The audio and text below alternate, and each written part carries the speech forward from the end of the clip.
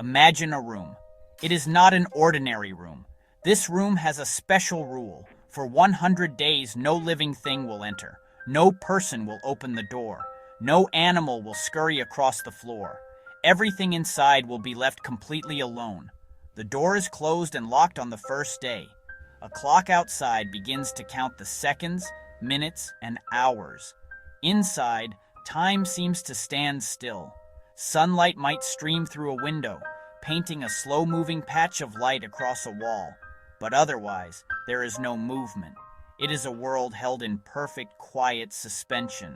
This special room is a time capsule. It holds a moment from the past. A book might be left open on a table, its pages forever turned to the same story. A cup of tea, now cold, sits beside it, a silent witness to the last person who was there. The chairs are pushed in just so. A pen rests on a piece of paper, as if waiting for a hand to return and finish a thought. For 100 days, these objects will not be moved. They will not be touched or disturbed. They become statues in their own small museum of the everyday, frozen in a scene of ordinary life. The air inside the room begins its own quiet journey.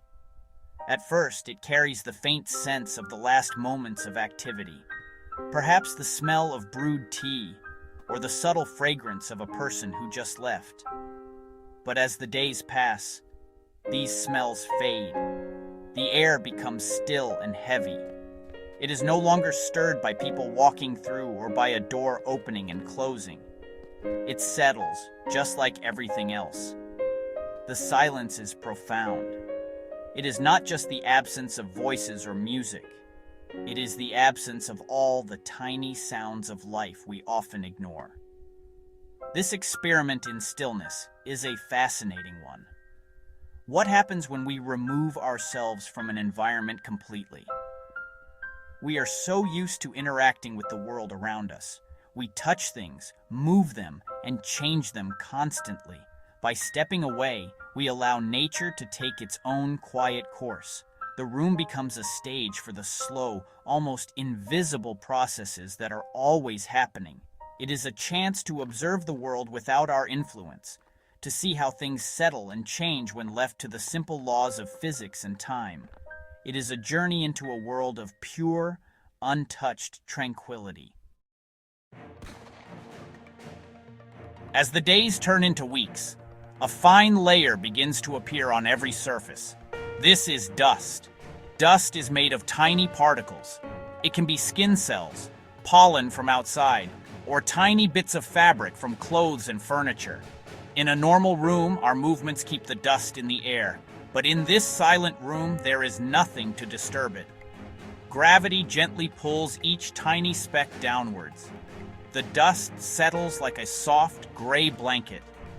It covers the shiny surface of the wooden table, the dark screen of a television, and the bright cover of the book. The air itself also changes. Without any circulation from open doors or heating systems, it becomes stratified. Warmer air, which is lighter, might rise towards the ceiling, while cooler, denser air sinks to the floor. This creates invisible layers within the room. The air is holding the dust particles that have not yet settled. When a sunbeam shines through the window, you can see them. They look like tiny glittering diamonds dancing in the light. This is the only movement in the entire room, a slow, silent ballet of microscopic particles drifting in the quiet atmosphere. Objects in the room remain largely unchanged, but not entirely. The open book on the table might seem exactly the same. However, the paper is very slowly absorbing moisture from the air. Its edges might curl up just a tiny, tiny bit. The ink on the page is stable, but over a much longer time, even it would begin to fade from the light. The cold tea in the cup will not evaporate quickly because the air is still. But a very thin film of mold might just begin to form on its surface. A tiny ecosystem starting its life in the quiet. These changes are incredibly slow. You would not notice them from one day to the next. But over 100 days, the accumulation becomes visible. The layer of dust becomes thicker. a clear sign of the time that has passed. It softens the sharp edges of furniture and dulls the once bright colors. The room is no longer a snapshot of a moment. It is now a place that shows the quiet, persistent effect of time. It is a testament to the fact that even in complete stillness, the world is never truly static. Everything is in a state of slow, gradual transformation. For scientists, a room like this is a valuable laboratory. They might create such a space to study how materials age without human interference. Imagine they are trying to preserve an ancient, fragile manuscript. They need to know the best conditions to keep it safe. By placing a similar type of paper in a controlled, untouched room, they can observe how light, humidity, and air quality affect it over time. This helps them understand how to protect priceless treasures for hundreds of years. The absence of touch is the most important part of the experiment. Museums also understand the importance of not touching. When you visit a museum, you see signs that say, "Please do not touch." This is not just to stop things from breaking. The oils and dirt on our hands can damage delicate surfaces. Over time, thousands of touches can wear away paint, tarnish metal, or stain fabric. By keeping artifacts in sealed glass cases, museums create a small version of our untouched room. They are trying to stop time, to preserve a piece of history exactly as it is. This is how they protect our shared heritage for future generations to enjoy. Sometimes this principle is used in forensics. At a crime scene, investigators are extremely careful not to touch anything. They are trying to preserve the evidence exactly as it was left. A fingerprint on a glass or a fiber on the carpet can tell a story. By leaving the area untouched, they ensure that this story is not accidentally erased. Like the scientists studying the manuscript, they need the scene to be a perfect snapshot of a past event. The stillness of the scene allows them to read the clues that were left behind, helping them to solve the mystery.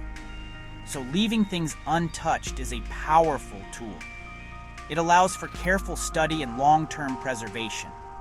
It helps us protect what is valuable, whether it is a work of art, a historical document, or a clue that can bring justice.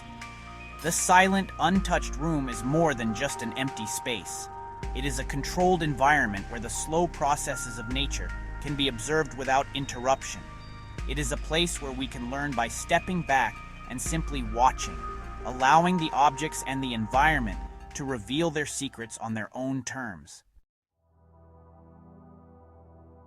Finally, the 100th day arrives. The lock is turned and the door to the silent room creaks open. The first thing a person would notice is the air. It would feel heavy and smell different. Not bad, but old.